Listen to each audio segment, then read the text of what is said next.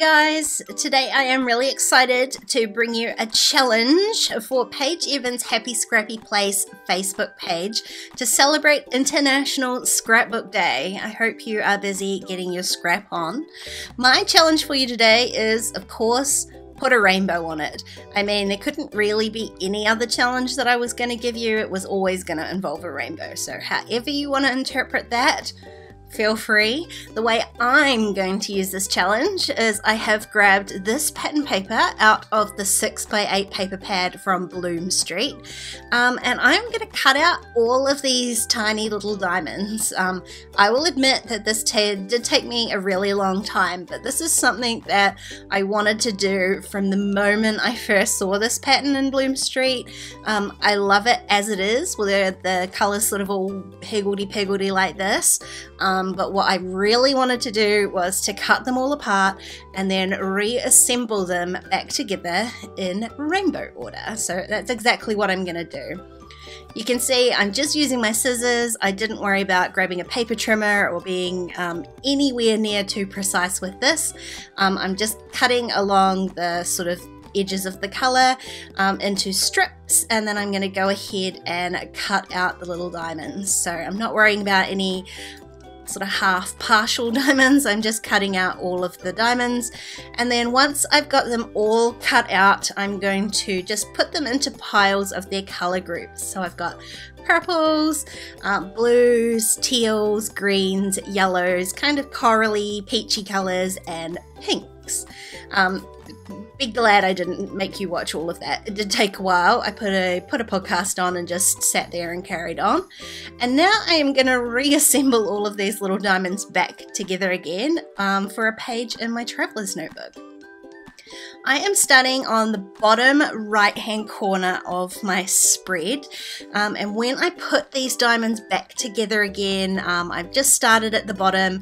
I have cut one diamond sort of directly in half, and I'm going to work up and out from there.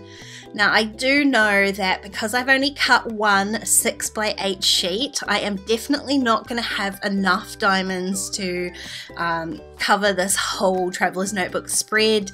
It's sort of approximately 8.5 by 8.25 inches, so I'm gonna need to allow some gaps in there. So my plan is that I'm gonna start by fully covering this sort of bottom right hand corner, and as I flow across the spread, there's going to be more and more sort of white space, and that's going to allow me to have room for a title or embellishments. Just add a little bit of white space to this page.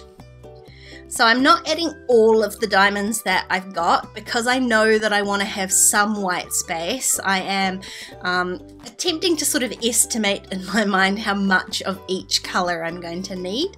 And I've started in the bottom right hand corner there with the purples, and now I'm adding a few of the blue ones. Some colors had more diamonds than others, and so I am needing to be mindful of where I'm putting those things. The other thing that I am going to do is I am not going to put any diamonds behind where my photo is going to be. So you'll see me occasionally putting my photo back and forth. I'm just trying to work out how much of what I'm going to need to fill in there. Now I am using just a little bit of liquid adhesive to stick these diamonds down. It gives me a bit more play time to be able to shuffle them and move them around if I need to. Mostly I don't need to, and things work out pretty nicely as I get towards the center of my book. The little diamonds are just sized just perfectly, that with the small amount of gap that I'm adding in between them. I don't have any weird sort of half, quarter sort of cuts to do as I get towards the center of my book. I can cut everything directly in half, so I'm not folding anything over the center edge there. I'm going to end up cutting those diamonds in half like long ways, and they fit nicely, so everything still folds up once I finish this page. Again, this was quite a process, so as long as it took me to cut all those diamonds down, it took me just as long to put them all back together again. The green and the yellow diamonds were one of sort of the most sparse colors, so I am being really careful when I'm putting those back together to make sure that I get a nice spread of that color, even if it means I have to use little half ones. So I'm having to cut these yellow ones in half so that I can sort of slip them under where the photo is going to go, just to make it, it sort of gives the illusion that there are more of them than what there actually are. But apart from that, I had no problems filling up the rest of the page. It did occur to me at this point that I probably need to add a few more down the bottom left, but I was working on sort of concentrating the most of the colors onto the right hand side of the page, and then I figured I would use whatever diamonds I had left to kind of fill up those gaps on the left hand side.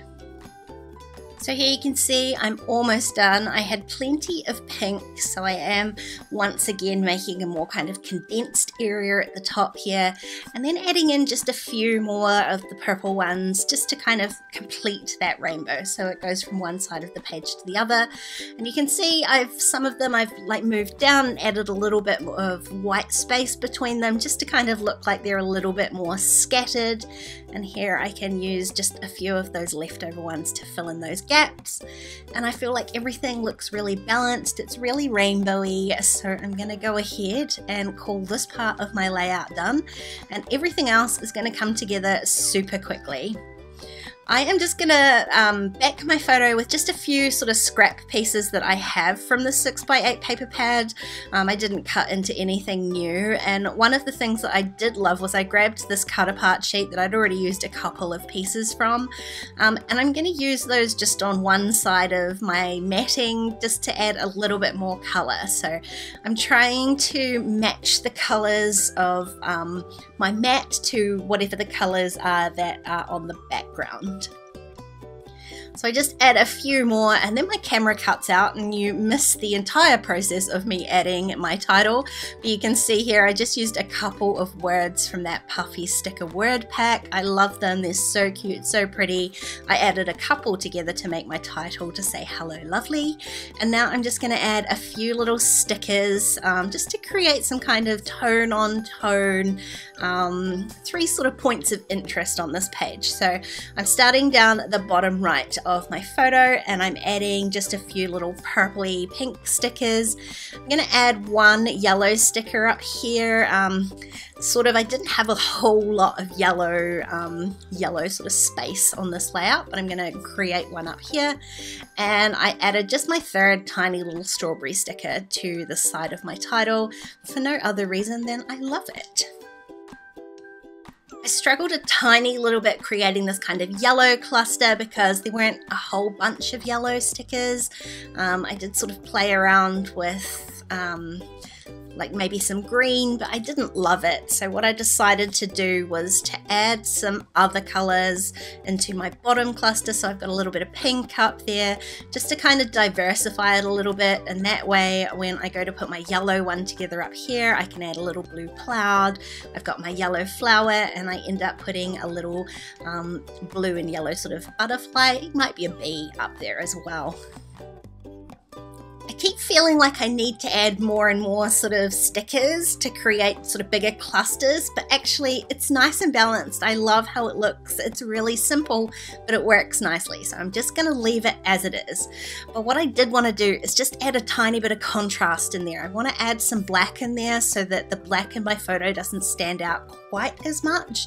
And I decided to add some splatters, but to be honest, there was no way I was going to risk splattering actual ink on this page, so I just grabbed a gel pen and drew it in. It's my favorite way to do it because I have complete control. And that's it, that's my page all done.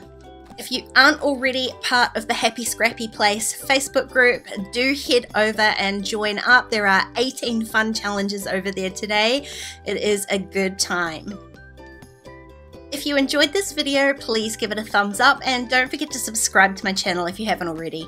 If you want to keep watching, there are a couple more videos on screen. Otherwise, I'll see you next time. Bye guys.